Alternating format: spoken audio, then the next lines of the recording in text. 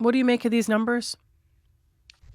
Well, unfortunately, they're not surprising, and quite disturbing to know that we are the leader of the pack again for the wrong reason. Certainly indicates that our fight is far from over. We have had some successes in implementing some safety measures in recent years. The safety officers, the newest program with officers on the bus, our existing shields, which we're fighting to improve, but the battle is far from over. Can we stay there for a moment? How are you fighting to improve the shields? What do you want them to be like? Well, what we want to see is a full operator compartment enclosure. We want that from floor to ceiling, from the modesty panel behind the operator, all the way to the windshield. The shields that we have now, at the time they were implemented, served their purpose, and that was to prevent people coming up and sucker punching the operator. But now assailants are reaching around the shield, sometimes grabbing the steering wheel, which puts everybody at risk, both inside and outside the bus. So we want to fully enclose the operator to make sure they can stay focused on their responsibilities. As a driver. Yes. And unfortunately with that, we also don't want the violence to transition over to the public. So let's talk about that, because you mentioned what's on the bus here, and that is the community safety officers that are there. The city launched that safety team in February last year, 2024. So by the numbers, there was a 9% drop in violent incidents in 2024 compared to 2023. So by the other numbers, it's 286 incidents, where before there had been 314. We have another clip from Councillor Lukes here, because she says she thinks this could be a sign the added security on buses is making a difference. I know for sure from the data that's coming in from the transit safety team that they're making positive strides. So yeah, I would say that the 2024 decrease is due to that. I really look forward to see what happens with the fare enforcement and with the cops being on the bus. Like, I think we're going to see a dramatic change. The bus drivers now are telling us, yes, this is amazing, right? The fare enforcement, when it's happening at the various stations, they're telling me it's night and day. So there's a few things there. There's a safety team, there's cops coming, there's the fare enforcement.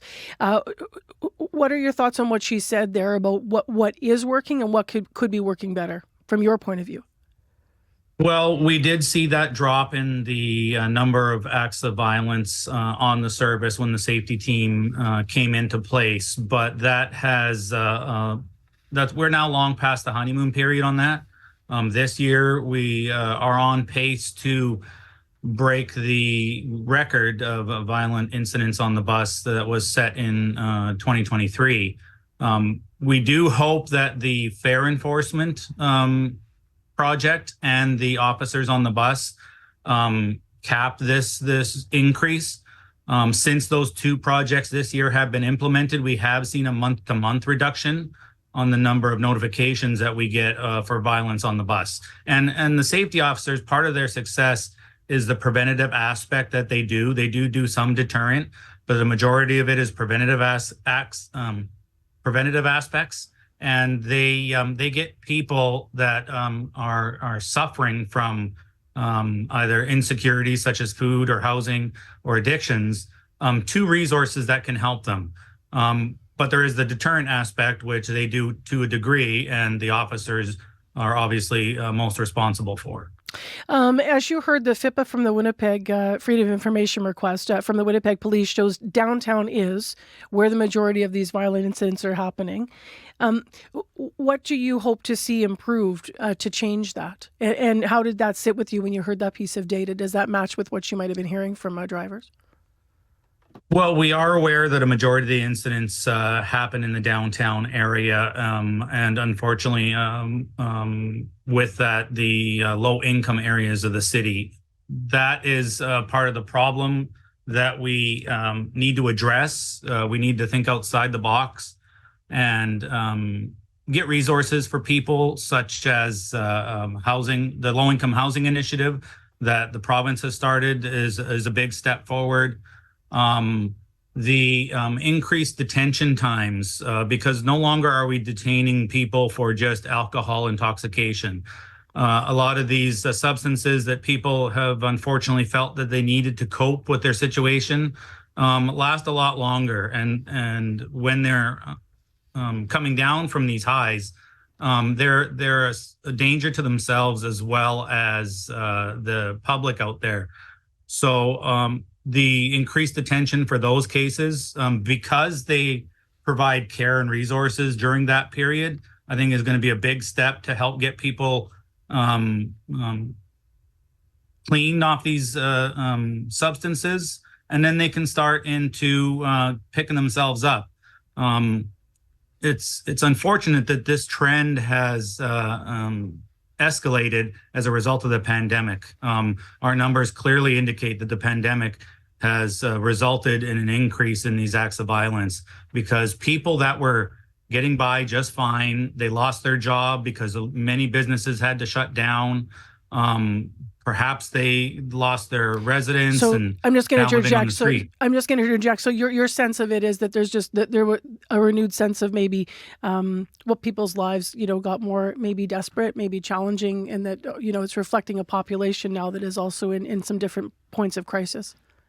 Yeah, that is correct. We want to work on the preventative aspect to stop these acts of violence from occurring in the first place, and getting people that would act out in these instances the resources they need, I think would be a big step. It's great to have deterrence to say, if you act out violently on transit, these are the consequences of it. But ultimately, I don't want a single one of my members assaulted, or a single member of the riding public and witnessing or involved in an act of violence. So you're looking at this through a bigger picture lens.